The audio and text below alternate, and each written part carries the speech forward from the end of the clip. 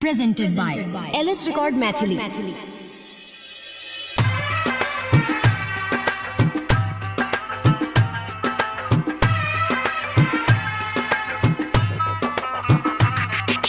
DJ Vikas Raja. Singing by Lakhan Lal Singh. लबही मंगिया भराई जेबी हमारा भोलाई उठै दिलबा में लहर जनगे जब यही तो बाराती मरबोगे उहे राती दिन जइहे हमारा जहर जनगे जनगे जनगे लबही मंगिया भराई जेबी हमारा भोलाई उठै दिलबा में लहर जनगे जब यही तो बाराती मरबोगे उहे राती दिन जइहे हमारा जहर जनगे जनगे जनगे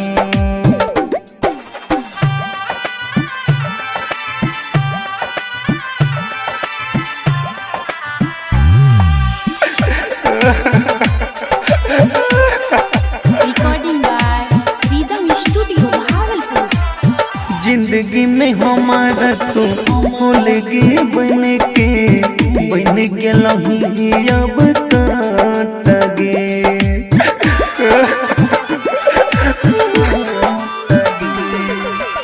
ये तना जल्दी बदल के जे बही रह नहीं हमारा पतगे छोड़ के हमारा तू चल गई जे बही तुरी कसब न तगे के कहता ही बाबू सोना याद गई रोना कौन जइबी तू शहर जनगे जब यही तो बाराती मरबोगे उहे राती दिन जइहे हमारा जहर जनगे जनगे जनगे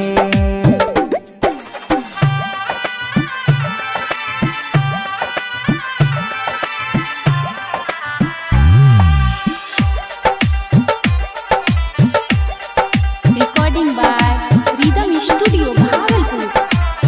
वादा कसम कोइने रही के छौरी धरी कहत हमर दिल पर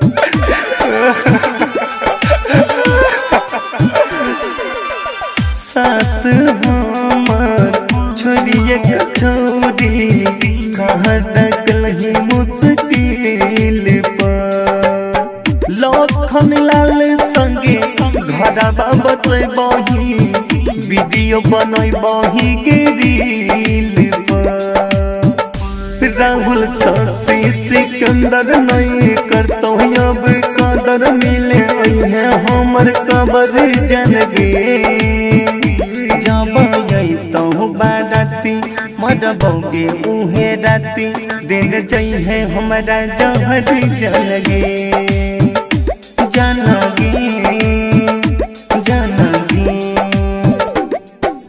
मिक्स बाय राहुल यादव।